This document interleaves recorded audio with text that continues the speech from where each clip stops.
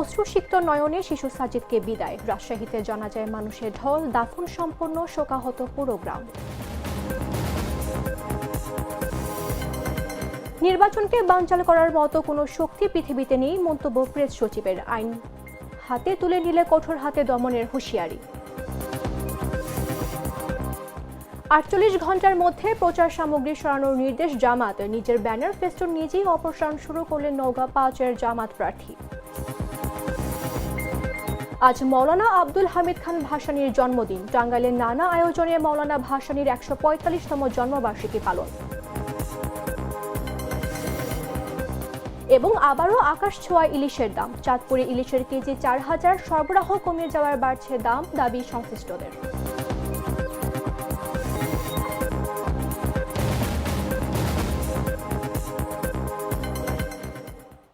আমন্ত্রণ দেশ জুড়ে সংবাদে, আপনাদের সাথে রয়েছে আমি মামদুহা রাইসা।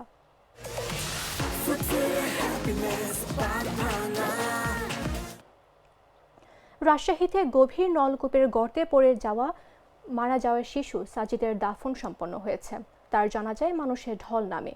শুক্রবার সকালে শিশু সাজিদকে অশ্রুসিক্ত নয়নে শেষ বিদায় জানায় এলাকার হাজারো মানুষ। জানাজা শেষে বাড়ির পাশে নেক্কিরি কবরস্থানে দাফন সম্পন্ন হয় তার। রাজশাহী থেকে প্রতিনিধির পাঠানো তথ্যচিত্রের বিস্তারিত জাগর এক্স রিপোর্টে। আমি পিছে ঘুরে তাকায় দেখছি সাওয়াল আমার মা মা করে ডাকছে। আমি পিছে ঘুরে তাকায় দেখছি সাওয়াল নাই। রাজশাহীর তানোরে গভীর নলকূপের গর্তে পড়ে মারা যাওয়া 2 বছরের শিশু সাজিদকে শুক্রবার সকালে শেষ বিদায় জানালো পুরো গ্রাম। কোয়েলহাট মধ্যপাড়ার মাঠে তার জানাজায় হাজারো মানুষের ভিড়। যেন এক ছোট্ট শিশুকে নয়, গ্রামেরই সন্তানকে হারানোর ব্যথা ভাগ করে নিতে জড়ো হয়েছিল সবাই।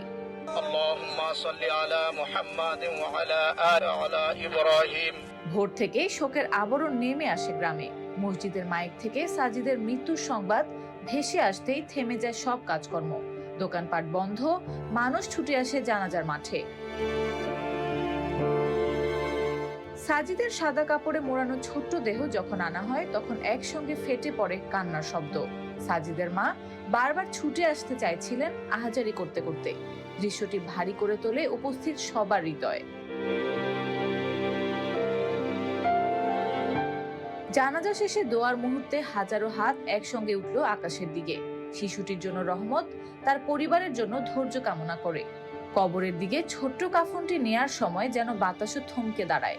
গ্রামের মানুষ বলছিল, এমন হৃদয় বিদারক দৃশ্য কখনো দেখেনি তারা। নিউজ ডেস্ক, জাগো নিউজ।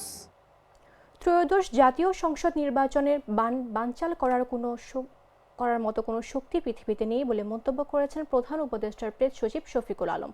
বলেন, যারা আইন হাতে তুলে নেওয়ার চেষ্টা করবে এবং আইন শৃঙ্খলা অবনতি করার চেষ্টা করবে তাদের কঠোর হাতে দমন করা হবে। শুক্রবার বেলা 11:30টার দিকে শরীয়তপুরের নড়িয়ার সুরেশ্বর দরবার শরীফ জিয়ারত শেষে সাংবাদিকদের এক প্রশ্নের জবাবে কথা বলেন তিনি। এছাড়া যারা অনৈতিক দাবি নিয়ে নির্বাচন বানচাল করার চেষ্টা করবে তাদের এই সরকার কঠোর হাতে দমন করবে বলেও মন্তব্য করেন তিনি। বাংলাদেশের মানুষ নির্বাচনের জন্য অধীর আগ্রহে আছে। কোনো ধরনের কোনো চ্যালেঞ্জ কিছু না, কোনো ধরনের। আর যারা আইন শৃঙ্খলা অবনতি করার চেষ্টা করবে, আপনারা দেখেছেন কালকে আমরা কয়েকজনকে অ্যারেস্ট করা হয়েছে। যারা এটা করবেন, যারা আইন হাতে তুলে নেওয়ার চেষ্টা করবেন, কঠোর হাতে দমন করা হবে। এবং যারা আমরা বারবার বলছি, অনেকে অন্যায় ইলিগাল দাবি নিয়ে মাঠে রাস্তায় নামতে চাচ্ছেন, তাদের বিষয়েও এই গভর্নমেন্ট যথেষ্ট কঠোর হবে। পৃথিবীর কোনো শক্তি নাই এই নির্বাচনকে ডিসরাপ্ট করার মতো। 48 ঘন্টার মধ্যে বিভিন্ন প্রচার উপকরণ নিজ দায়িত্বে সরিয়ে নেওয়ার জন্য দেশের সব পর্যায়ের দায়িত্বশীল নেতাকর্মীদের প্রতি আহ্বান জানিয়েছেন বাংলাদেশ জামায়াতে ইসলামীর আমির ডাক্তার শফিকুর রহমান। সেই সঙ্গে ত্রয়োদশ জাতীয় সংসদ নির্বাচনের তফসিল ঘোষণাকে স্বাগত জানিয়ে সুষ্ঠু নির্বাচন আয়োজনের সব ধরনের সহায়তার আশ্বাস দেন তিনি। শুক্রবার নিজের ভেরিফাইড ফেসবুক পেজে দেয়া এক পোস্টে ডাক্তার শফিকুর রহমান আহ্বান জানান। জামায়াত আমির বলেন, ঘোষিত এই নির্বাচনকে সুষ্ঠু ও সফল করার জন্য যৌক্তিক সব ধরনের সহযোগিতার জন্য তারা প্রস্তুত। এর আগে বৃহস্পতিবার সন্ধ্যায় জাতির উদ্দেশ্যে দেয়া ভাষণে ত্রয়োদশ জাতীয় সংসদ নির্বাচনের তফসিল ঘোষণা করেন সিইসি। ঘোষিত তফসিল অনুযায়ী 22 জানুয়ারি থেকে নির্বাচনের আনুষ্ঠানিক প্রচারণা শুরু হবে। এছাড়া নির্বাচনের মনোনয়ন যাচাই বাছাই হবে ৩০ ডিসেম্বর থেকে ৪ জানুয়ারি পর্যন্ত। রিটার্নিং কর্মকর্তার সিদ্ধান্তের বিরুদ্ধে ইসিতে আপিল করা যাবে ১১ জানুয়ারি পর্যন্ত। আর আপিল শুনানি নিষ্পত্তি হবে ১২ জানুয়ারি থেকে ১৮ জানুয়ারির মধ্যে। প্রার্থিতা প্রত্যাহার করা যাবে ২০ জানুয়ারি পর্যন্ত। ২১ জানুয়ারির চূড়ান্ত প্রার্থী তালিকা প্রকাশ ও প্রতীক বরাদ্দ করা হবে। ২২ জানুয়ারি থেকে নির্বাচনের আনুষ্ঠানিক প্রচারণা শুরু হয়, ভোটের ৪৮ ঘন্টা আগ পর্যন্ত চলবে। আর ১২ জানুয়ারি সংসদ নির্বাচনের সঙ্গে একই দিনে গণভোট অনুষ্ঠিত হবে। এটি হবে তৃতীয় গণভোট। এর জন্য নির্বাচনের সময় বাড়ানো হয়েছে বলেও জানান সিইসি। এদিকে নির্বাচন কমিশনের নির্দেশনা মেনে নওগাঁ ৫ আসনের জামায়াতে ইসলামী মনোনীত এমপি পদপ্রার্থী অ্যাডভোকেট আসম সায়েম নিজ উদ্যোগে তার সব ধরনের নির্বাচনী ব্যানার ফেস্টুন সরিয়ে ফেলছেন। শুক্রবার সকাল থেকে শহরের বিভিন্ন পয়েন্টে নিজের ব্যানার পোস্টার নিজেই অপসারণ করেন দাঁড়িপাল্লার এই প্রার্থী। এ বিষয়ে আসম সায়েম বলেন, আইনের প্রতি সর্বোচ্চ শ্রদ্ধা রেখে রাজনৈতিক কার্যক্রম পরিচালনা করে জামায়াতে ইসলামী সুষ্ঠু, নিরপেক্ষ ও অংশগ্রহণমূলক নির্বাচন আয়োজনে নির্বাচন কমিশনের নির্দেশনা ও আচরণবিধি মেনে আগামী ২৪ ঘন্টার মধ্যে নির্বাচনী প্রচারণামূলক ব্যানার ফেস্টুন সরিয়ে ফেলা হবে। নির্বাচনের প্রশাসনকে সর্বাত্মক সহযোগিতারও আশ্বাস দেন জামায়াতের এই প্রার্থী। নির্বাচনের সুষ্ঠুর জন্য আমাদের লেভেল প্লেইং ফিল্ড এবং কালো টাকা, পেশিশক্তি, সন্ত্রাস মুক্ত একটি পরিবেশ হওয়া দরকার। কিন্তু আমরা দেখতে পাচ্ছি এখনও বিভিন্ন অস্ত্রের ঝনঝনানি এবং হুমকি দামকি থেকে শুরু করে আমাদের এই অবস্থা বর্তমানে রয়েছে। আমি বলবো না যে 100% পরিবেশ রয়েছে, তবে প্রশাসন যেহেতু শিডিউল ঘোষণা হয়ে গেছে, তারা যদি এখন থেকে কাজ করে, আমি আশা করছি নির্বাচনের একটা পরিবেশ তৈরি হবে। মানুষ নির্বাচনের জন্য মুখিয়ে আছে। উৎসব মুখর পরিবেশে আমাদের বাংলাদেশের মানুষ, নওগাঁ সদরের আসনের মানুষ নির্বাচনে ভোট দিবে। জামায়াতে ইসলামকে দাঁড়িপাল্লায় মার্কায় ভোট দেবে ইনশাল্লাহ। এবং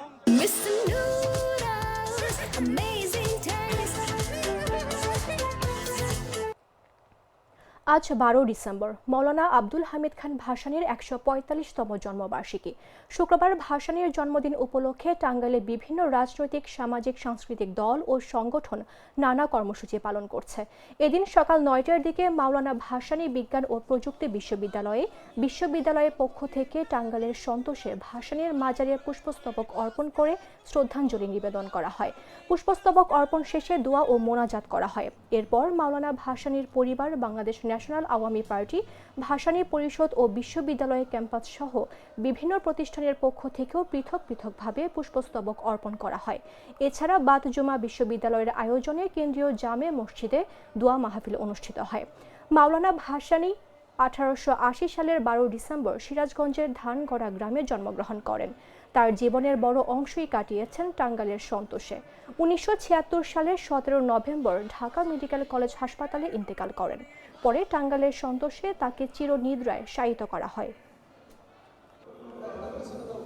মজলুম জননেতা মাওলানা আব্দুল হামিদ খান ভাসানীর আজকে ১৪৫তম জন্মবার্ষিকী।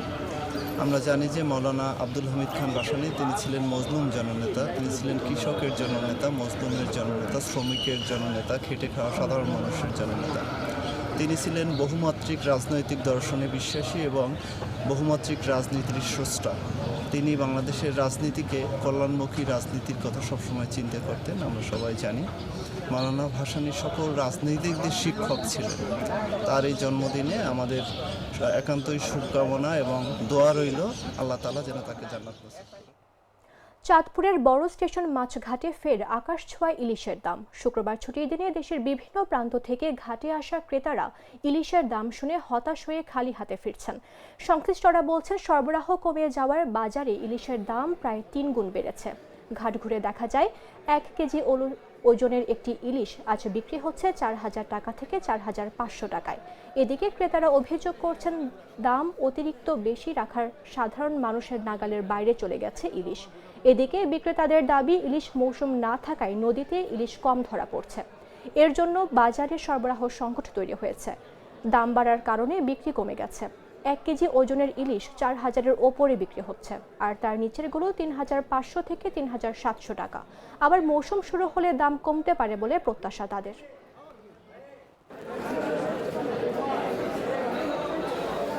এবছর এমনি মাছের সংখ্যা অনেক কম ছিল, বলা চলে একটা রেকর্ড পরিমাণ কম। তার উপরে এখন আনসিজন চলতেছে, তো আনসিজনে আসলে মাছ একদমই থাকে না, যে কারণে কেজি 4 থেকে 5,000 টাকা। আজকে ঘাটে দেখলাম মানে 1 কেজিওয়ালা মাছ একটাও আসে না, যা একটু ছিল এগুলো পুরান মাছ। কত ঘাটে দিলে আপনার হয়তো 2-1 টন মাছ থাকবে। আশা করি যখন সিজন আসবে তখন হয়তো দাম কমে আসবে। আসলে ভাই আজকের বাজারে এই পর্যন্ত আমরা ইলিশ মাছ মনে হয় সারা ঘাটে 2 হইতে 3 পিস 1 কেজি ওয়েটের ইলিশ মাছ বিক্রি করেছি। তার দাম হলো আপনার 4100 টাকা হতে 4150 টাকা কেজি বিক্রি করেছি আজকের বাজারে। আর আপনার 700-800 গ্রামের মাছ আপনার 3700 হইতে 3600 টাকা কেজি বর্তমান বাজার চলতেছে। 500 গ্রামের মাছ চলতেছে আপনার 2500 হইতে 2600 টাকা কেজি বাজার চলতেছে। মাছের আমদানি কম থাকার কারণে মাছের দাম। সংবাদ শেষ করার পূর্বে শিরোনামগুলো জানিয়ে দিচ্ছে আরও একবার। অশ্রুসিক্ত নয়নে শিশু সাজিদকে বিদায়, রাজশাহীতে জানাজায় মানুষের ঢল, দাফন সম্পূর্ণ শোকাহত পুরো গ্রাম। নির্বাচনকে বানচাল করার মতো কোনো শক্তি পৃথিবীতে নেই, মন্তব্য প্রেস সচিবের। আইন হাতে তুলে নিলে কঠোর হাতে দমনের হুঁশিয়ারি। 48 ঘন্টার মধ্যে প্রচার সামগ্রী সরানোর নির্দেশ জামাতের, নিজের ব্যানার ফেস্টুন নিজেই অপসারণ শুরু করলেন নওগাঁ 5-এর জামাত প্রার্থী। আজ মাওলানা আব্দুল হামিদ খান ভাসানীর জন্মদিন, টাঙ্গাইলের নানা আয়োজনে মাওলানা ভাসানীর 145তম জন্মবার্ষিকী পালন। এবং আবারও আকাশ ছোঁয়া ইলিশের দাম, চাঁদপুরে ইলিশের কেজি 4,000, সরবরাহ কমে যাওয়ায় বাড়ছে দাম, দাবি সংশ্লিষ্টদের।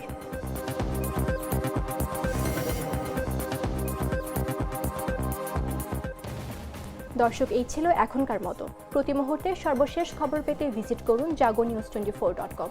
ফলো করুন আমাদের ভেরিফাইড ফেসবুক পেজ এবং সাবস্ক্রাইব করুন জাগো নিউজের ইউটিউব চ্যানেল। ধন্যবাদ সবাইকে।